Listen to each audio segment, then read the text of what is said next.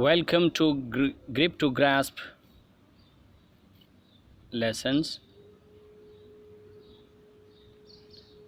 Students, जैसा कि आपको मालूम है, हमने टेंसेस का सिलसिला शुरू किया था।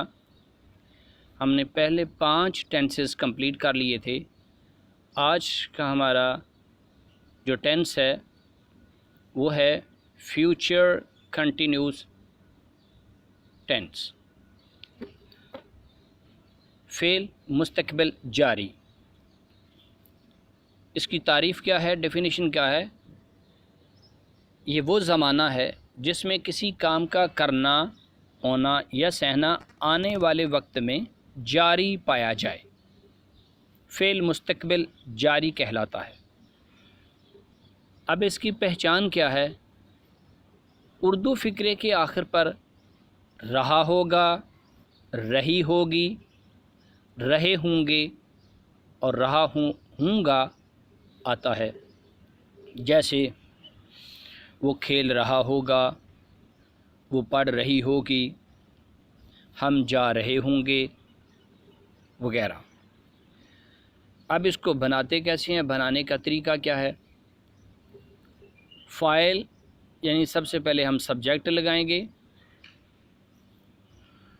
उसके बाद विल बी या शैल बी, और उसके बाद first form of the verb ing का इजाफ़ा करेंगे उसके साथ, और उसके बाद ऑब्जेक्ट लगाएंगे। और आजकल विल बी और शैल बी का ज़्यादा इस्तेमाल नहीं, बल्कि सब के साथ विल बी का इस्तेमाल होता है। अब सब के साथ विल बी लगाना चाहें तो लगा सकते हैं, और अगर शैल बी और विल बी लगाना चाहें तो आई और वी के साथ शैल बी और बकिया के साथ विल बी लगाते। और अगर सब के साथ विल बी लगाना चाहें तो आजकल ऐसा ही इस्तेमाल हो रहा है। अब कैसे बनाते हैं? जैसे कि ये बनाने का तरीका स्क्रीन पे आपको नज़र आ रहा है। सबसे पहले सब्जेक्ट लगाते हैं, फिर उसके बाद आप विल बी या शैल बी लगा लें, या सबके साथ विल बी। फिर उसके बाद वर्ब की फर्स्ट फॉर्म के साथ ing, और फिर उसके बाद ऑब्जेक्ट लगा देंगे। यानी जैसे पहले सेंटेंस में आपने देखा था, जनरली जैसे सेंटेंस का जो एक स्ट्रक्चर होता है वो सब्जेक्ट होता है, फिर वर्ब होता है, फिर ऑब्जेक्ट होता है, जिसको फ़ाइल कहते हैं, फेल है, और फिर मफ़ऊल होता है। तो यहाँ फ्यूचर कंटिन्यूस टेंस बनाने के लिए ये जो सब्जेक्ट, वर्ब और ऑब्जेक्ट है, वर्ब से पहले यानी सब्जेक्ट के बाद विल भी लगा देना, बाकी सेंटेंस ऐसे का ऐसा ही रहेगा।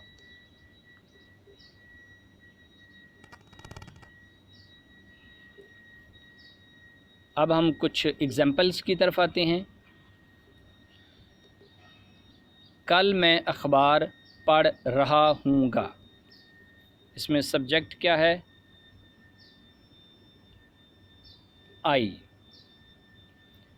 शैल बी फ्यूचर कंटिन्यूस बनाने के लिए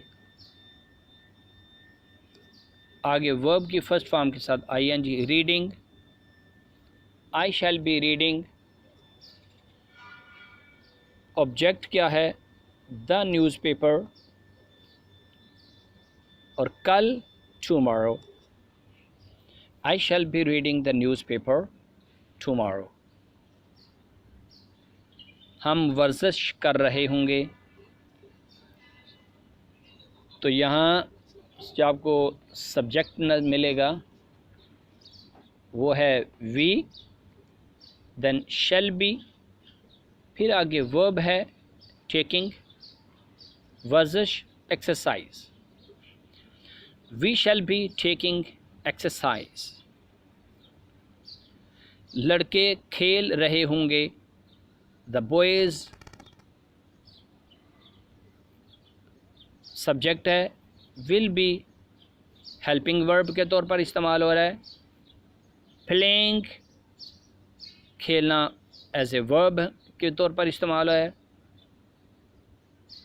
और फिर अ गेम ऑब्जेक्ट है, यानी ये सब्जेक्ट है, हेल्पिंग वर्ब है और ये फिर ऑब्जेक्ट है।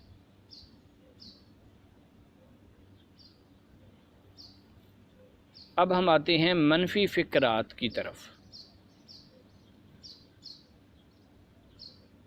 मनफी फ़िक्रात कैसे बनाते हैं?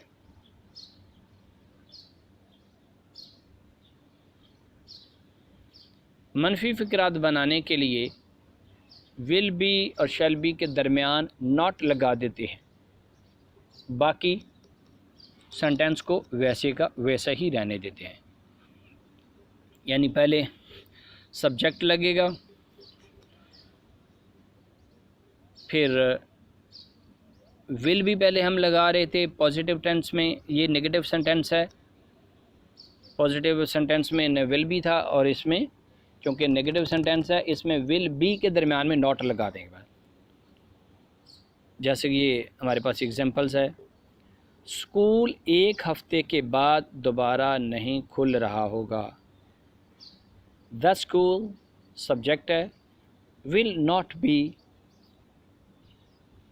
आगे उसके बाद वर्ब है reopening, will not B reopening. 1 हफ्ते बाद आफ्टर अ वीक, या ये ऑब्जेक्ट आ जाएगा। पहाड़ों पर बर्फ़ पिघल नहीं रही होगी। सब्जेक्ट क्या है? The ice. फिर चूँकि नेगेटिव सेंटेंस है विल नॉट बी, उसके बाद verb melting on the mountains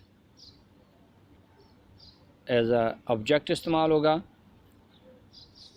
the ice will not be melting on the mountains. वो बुतों की पूजा नहीं कर रहा होगा।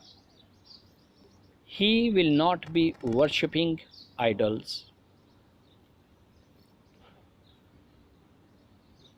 अब हम आते हैं सवालिया फ़िक्रात की तरफ, इंट्रोगेटिव सेंटेंस की तरफ। सवालिया फ़िक्रात कैसे बनाते हैं? सवालिया फ़िक्रात बनाने के लिए विल या शैल को फ़िक्रे के शुरू में ले आते हैं। जैसा कि आपको इब्तदा में भी बता दिया कि अभी विल और शैल का कोई ख़ास डिफरेंस नहीं किया जाता, सबके साथ विल लगता है। लगा सकते हैं, ज़रूरी नहीं कि लगाएं, लगा सकते हैं।